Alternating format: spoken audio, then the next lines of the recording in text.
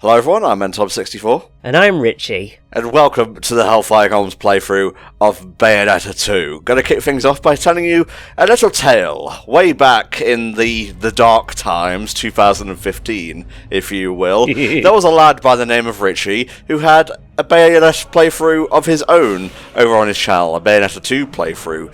Even. And he was like, hey Tom, who was his friend, hey Tom, would you let me put this on your channel? And I was like, yes. Or he was like, yes. And that's how it happened, basically. But that was a long time ago, so I figured, hey, enough time has passed that we could do a new one with new footage, new commentary, to complement the original Bayonetta playthrough that we did on here. And Richie has been wanting to do this one for a while, so I thought, why the hell not? It's Christmassy themed, well, sort of. It makes perfect sense to do it at the end of 2021 to close things out.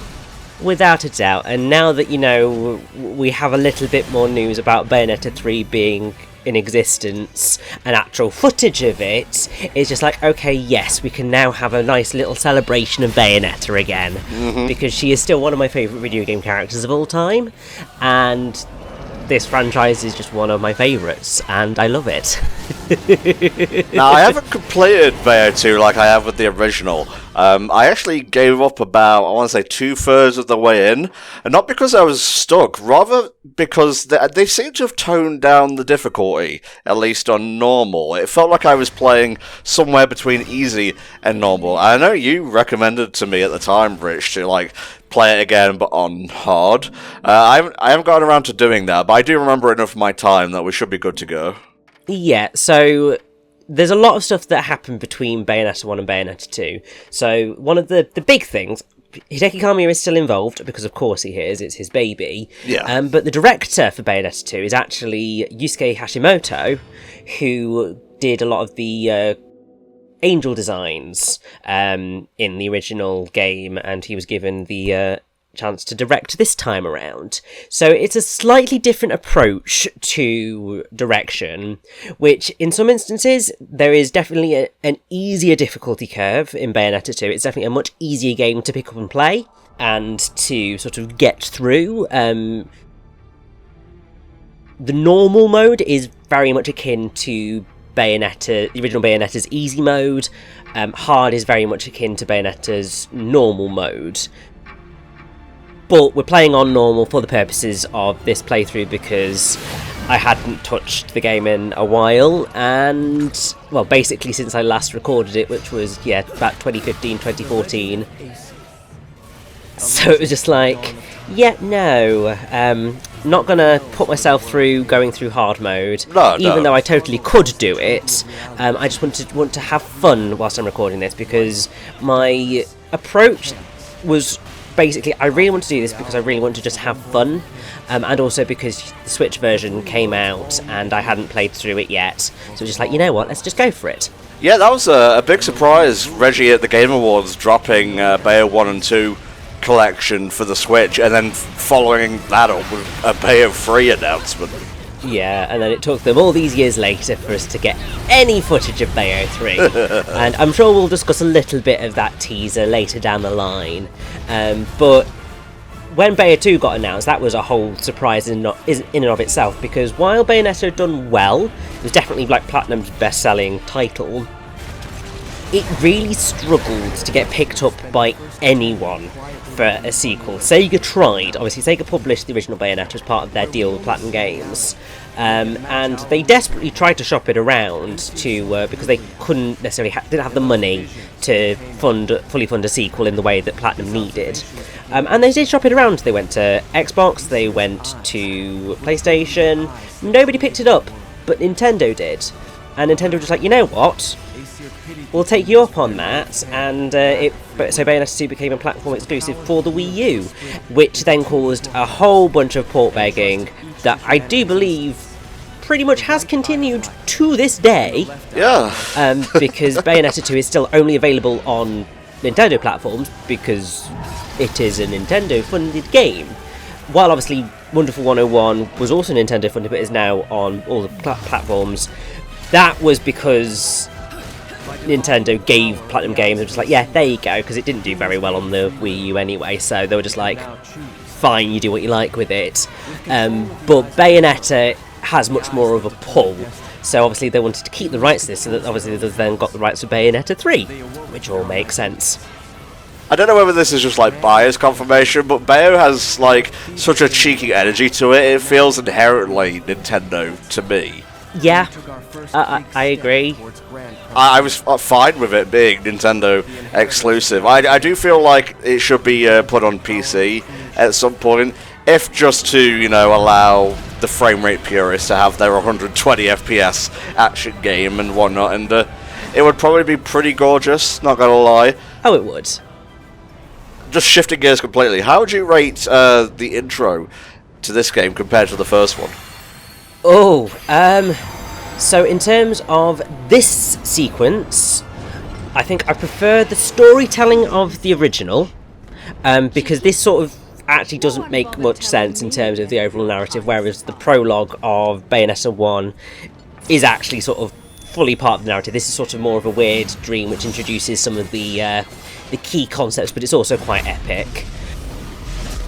But then the actual prologue level, I would say that I prefer Bayonetta 2's prologue level to Bayonetta 1's, because it just has some of the most ridiculous stuff in it. At least you're the silent type. I would say that it's probably my main highlight of the entire game. I have more, like, I love Bayonetta 2 to pieces. I think it is an excellent game, and any criticism that I do have of it are more because I want it to be even better than it already is. I don't think that anything Bayonetta 2 does after its prologue matches the standard that it sets in its prologue. Fair enough, mate. Obviously, you'll have to have played Bayo 1 to kind of understand what's going on here. These are the remains of Jubileus, I believe.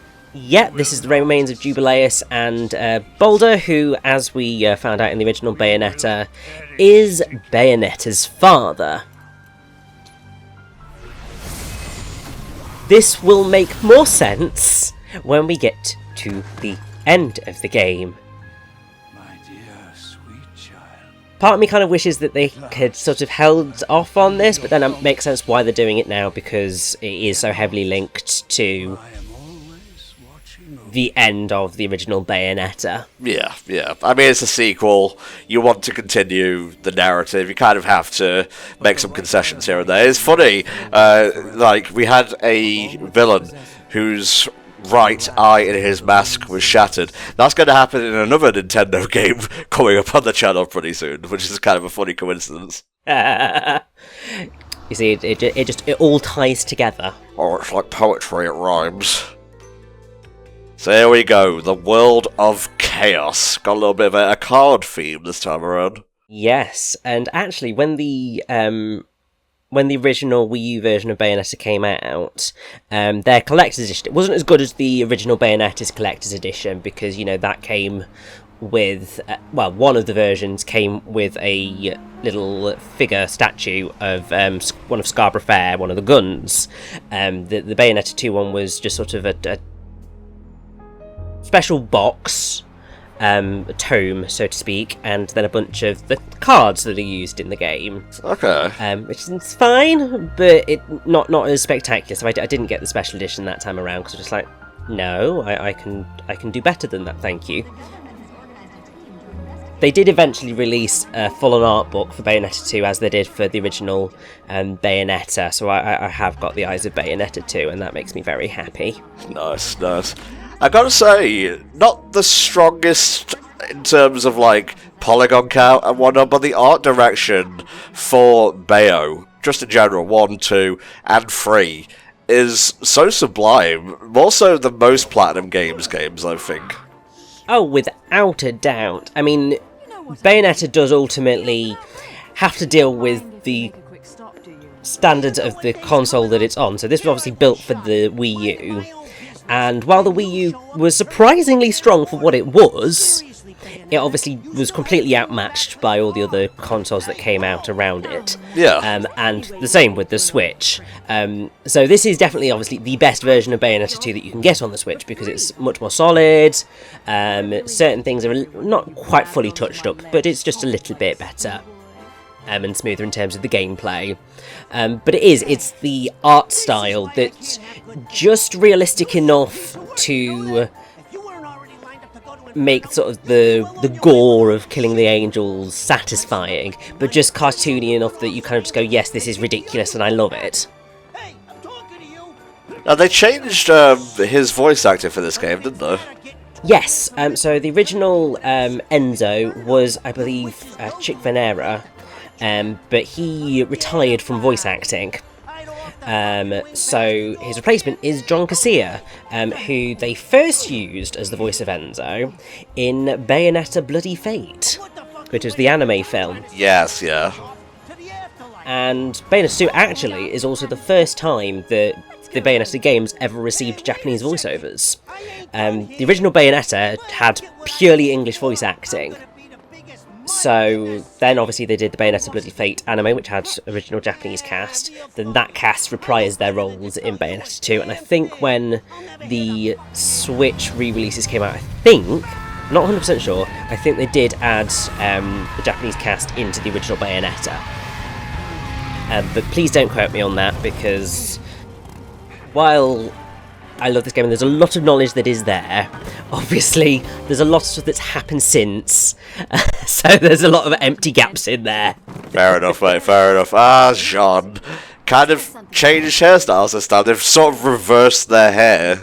Yep. It's awesome. Like, I mean, there was a whole debate when sort of the initial reveals were coming out of what Bayonetta's look was going to be like in this game, and so many people just gone, oh my god, I love short-haired Bayo, and other people going, oh, what is this? Where's the beehive? What is wrong with you? But I think people universally did like Jean's design. There's just something about that long white hair and the biker suit that was just mwah.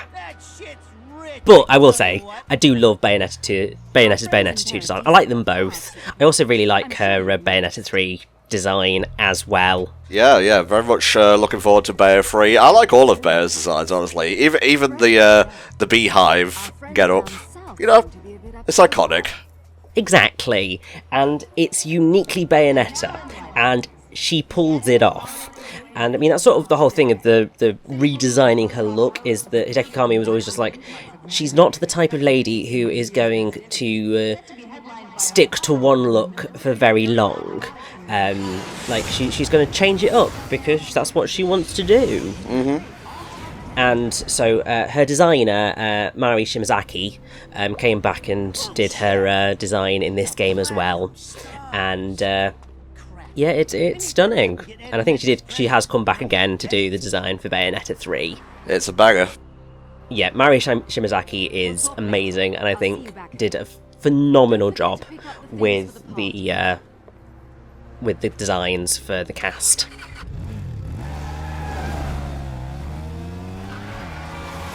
Obviously, showing up on a motorbike here, kind of a callback to the first game, especially the ending sequence where you ride up, the rocket to try and rescue Bayo.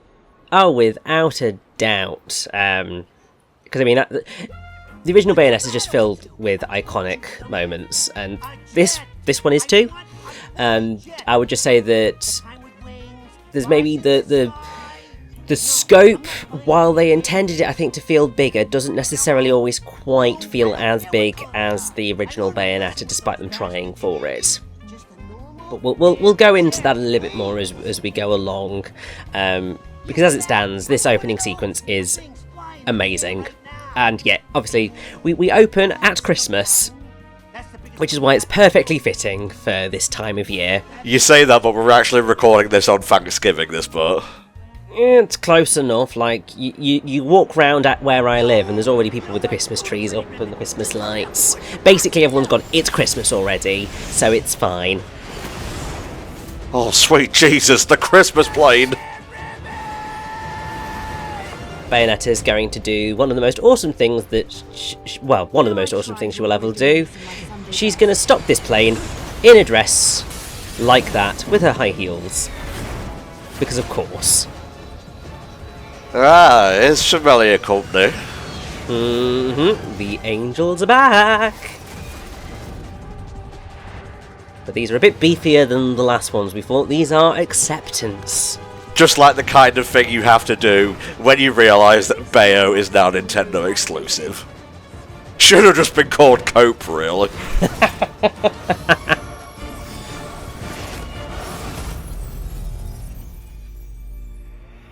And of course, once again, very sexualized revealing of the costume. Nintendo game.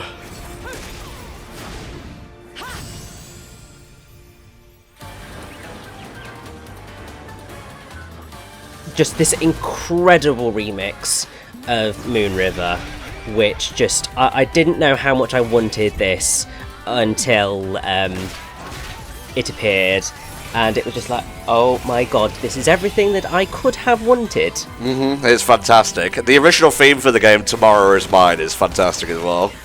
Oh, without a doubt. And yeah, both are sung by Keely Bumford, and she's a great vocalist, and I think perfectly fitting for all of this. And yeah, it made my day. I just wish that they used it a lot more than they actually do in the game. They use it a grand total of twice here, and then right at the end of the game. Whereas they used Fly Me to the Moon a lot more in the original. Part of me feels like that's fine to, use it as a bookend sort of thing. But, like you said, Fly Me to the Moon, very iconic battle theme in the original, so, Yeah, I think the reason that they did what they did is probably a rights-based issue. They probably were only allowed to use it so many times. Yeah, because they're not in Smash at all, are they? Don't think so, which is fair enough. It's just a shame because I really, really like this rendition of Moon River.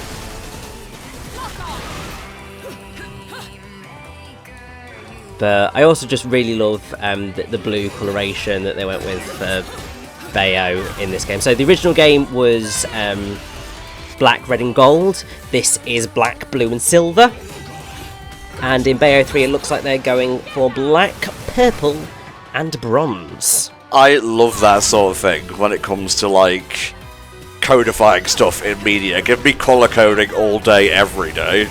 Oh yeah, and it's great. The other thing, so with Bayonetta 2's Bayo design, it's very much similar to what they were originally thinking of for Bayonetta's design. So obviously the beehive I think was pretty much always there in the first design, but originally she was going to have this sort of, all of her hair flying down around her chest, but they decided against it. In that first game, I think because they wanted to make sure that her silhouette was more easily recognisable, and it was a much darker colour palette. Bayonetta 2 is much brighter and vivid, so I think that's why they thought, oh, actually we can get away with this design for this game, because it is just that much brighter of a game. The piss filter, as it was dubbed, has been removed. Oh, bless up. And bless Christmas Rodan as well. I know, Santa Rodan is just incredible.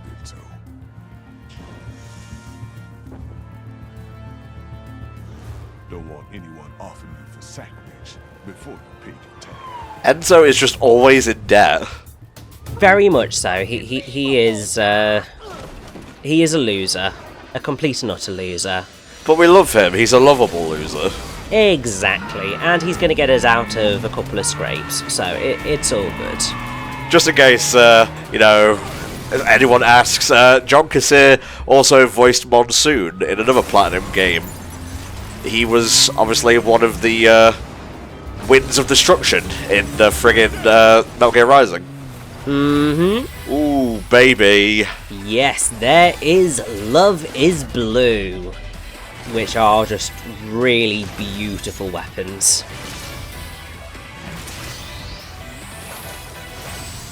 Very cool. Let's rock! We are going to get introduced to Bayonetta's brand new theme song, which is Tomorrow Is Mine. It's probably my favourite vocal track in the series thus far. Very interested to see what they do for the third game. I am too. I mean, obviously we are due a moon-related song, because we had Fly Me to the Moon and then Moon River, so we need a third one. God knows what that's going to turn out to be. Will be exciting to see, and then it's whether they stick with Tomorrow Is Mine, or they introduce a new theme song for her, because her first theme song was Mysterious Destiny. We need like a female vocal cover of Bark at the Moon. So any combat differences between 1 and 2, mate? Yes, quite a few actually. So it's the same combo point approach, but Love Is Blue obviously has different combos to Scar Prepare. They're roughly similar, but you don't have the punch punch kick kick kick combo that you had in the original Bayonetta, which I relied on a hell of a lot. It was a godsend of a combo, and I didn't get to use it this time round, which sucks, but it's fine, you make do. But other than that, roughly the concept of the gameplay works the same. It's definitely a lot fairer than the original Bayonetta, in the sense that you can now use items without being penalised. I think the only ones that you can't use without being penalised are, say, red hot shots. So basically things that will revive you if you die. That's fine. Like, if you're going to set limits, don't have it to be like just regular items. Do it for like, if you die, you get brought back. I think that's fair. Otherwise, it's like, why have items in the game at all if you're going to penalise me? The other thing is that obviously you have torture attacks returning, but you also have this amazing technique called the Umbran Climax, which basically is where Bayonetta goes full ham and brings out all the wicked weaves that you could possibly imagine, and it's really quite impressive. It's really good for getting some great effects, but it can limit your combo potential. Just in terms of the fact of, obviously, you're killing your enemies a lot quicker than you would have been doing otherwise. Yeah.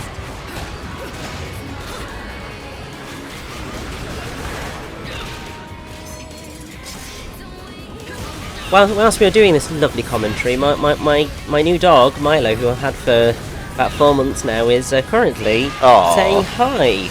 Just currently sitting, well, perching on the desk.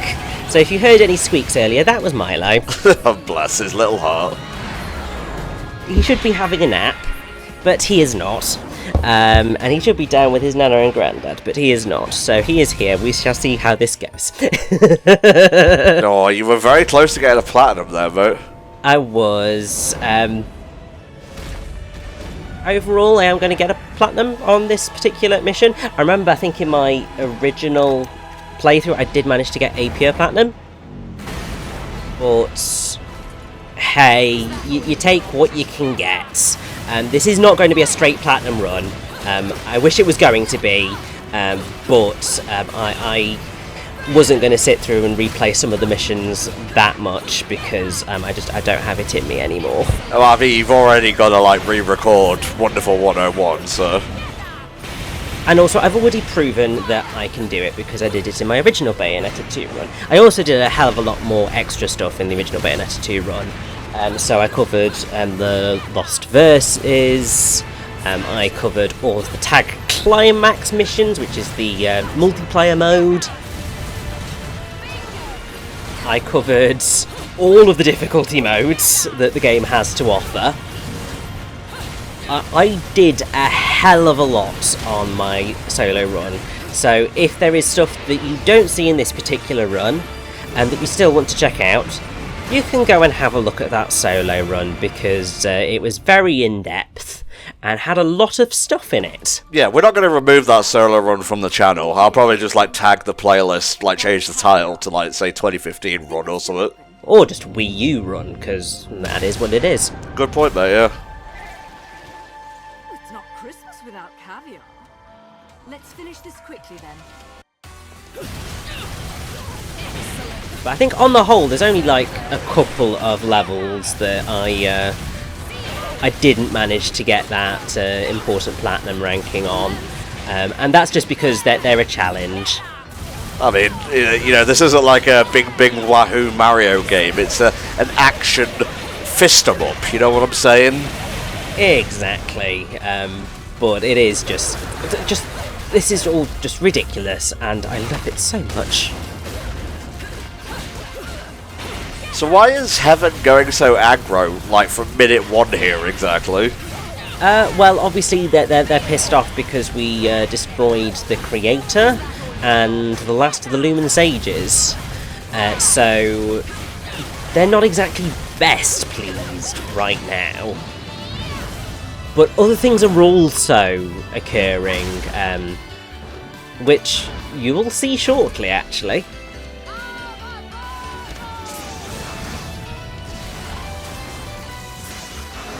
Yeah, buddy. Good old Gamora, out here for the infernal climax.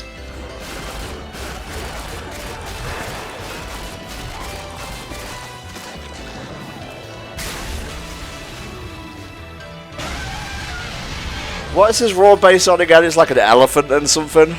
Yeah, it's like a mixture of an elephant and a lion and all sorts. Wait, what?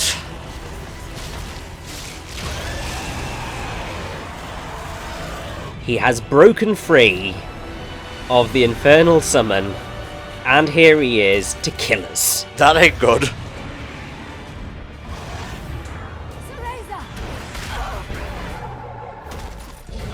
He's just killed Jean. Just like that.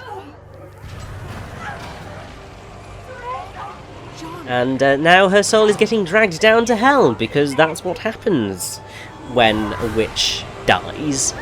Their soul gets dragged to hell. Well, I mean, you can't have all these, crazy powers without some sort of drawback, and I guess selling your soul to Satan is that drawback. I'm not one for pets who don't listen to their masters. So yes, this is one of Bayonetta's new tools, along with the Umbran Climax. She now has the ability to fly by using Malphas's wings. Very cool.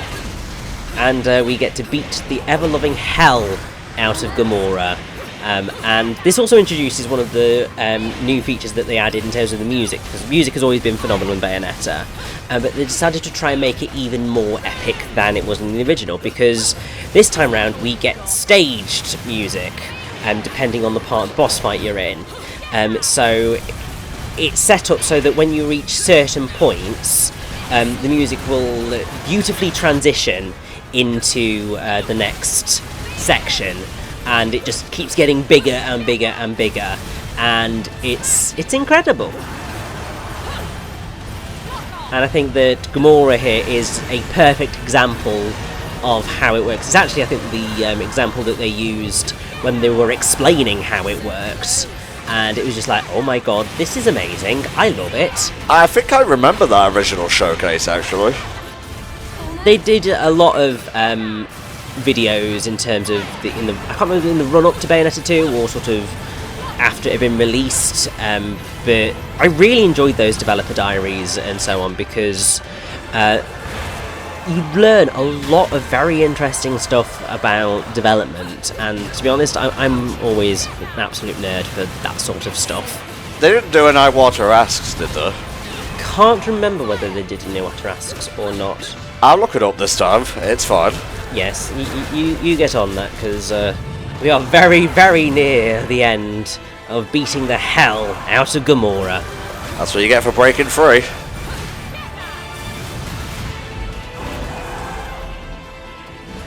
And now we get to meet a brand new Infernal Demon.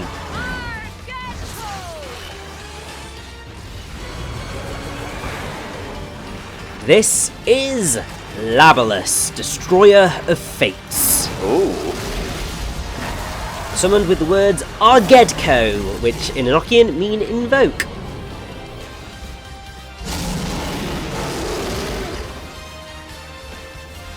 I'm not seeing any here from Iwata specifically.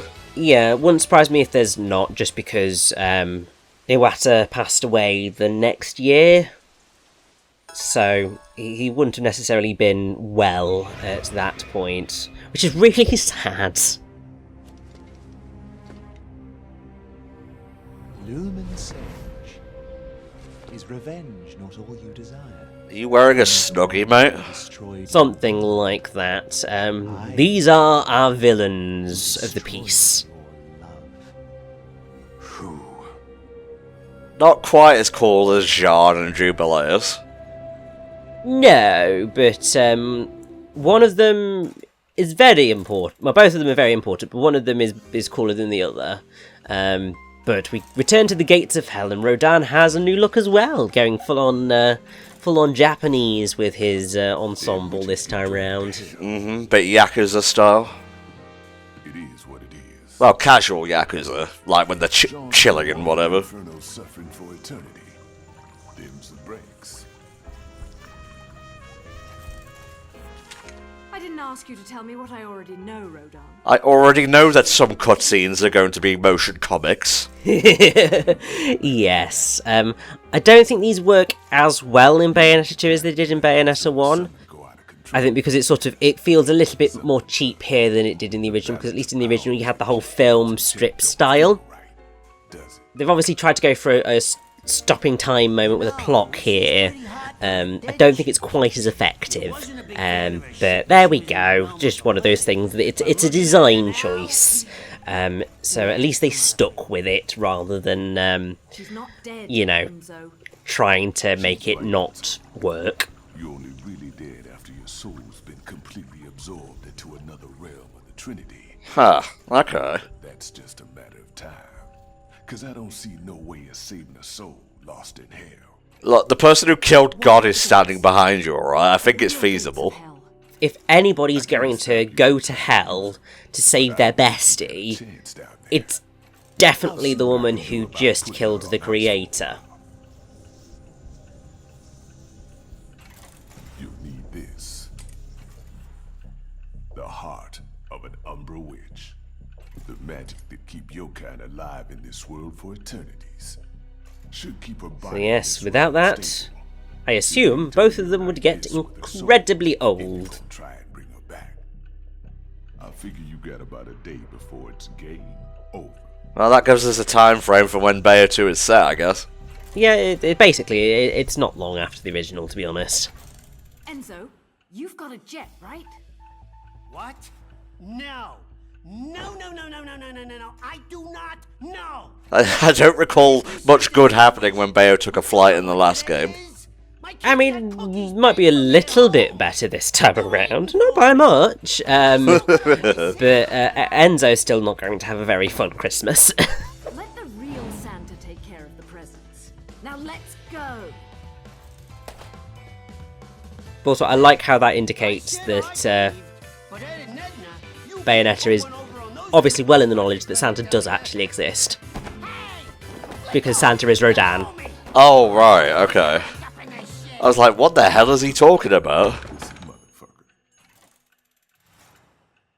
So yeah, there we go. The world of chaos, complete. And that should be a beautiful platinum. Oh, look at it shimmer and shine. That is a pretty fantastic opening to the game, but we'll see where things go from here, so please join us next time for the continuation of the HFC playthrough of Bayonetta 2.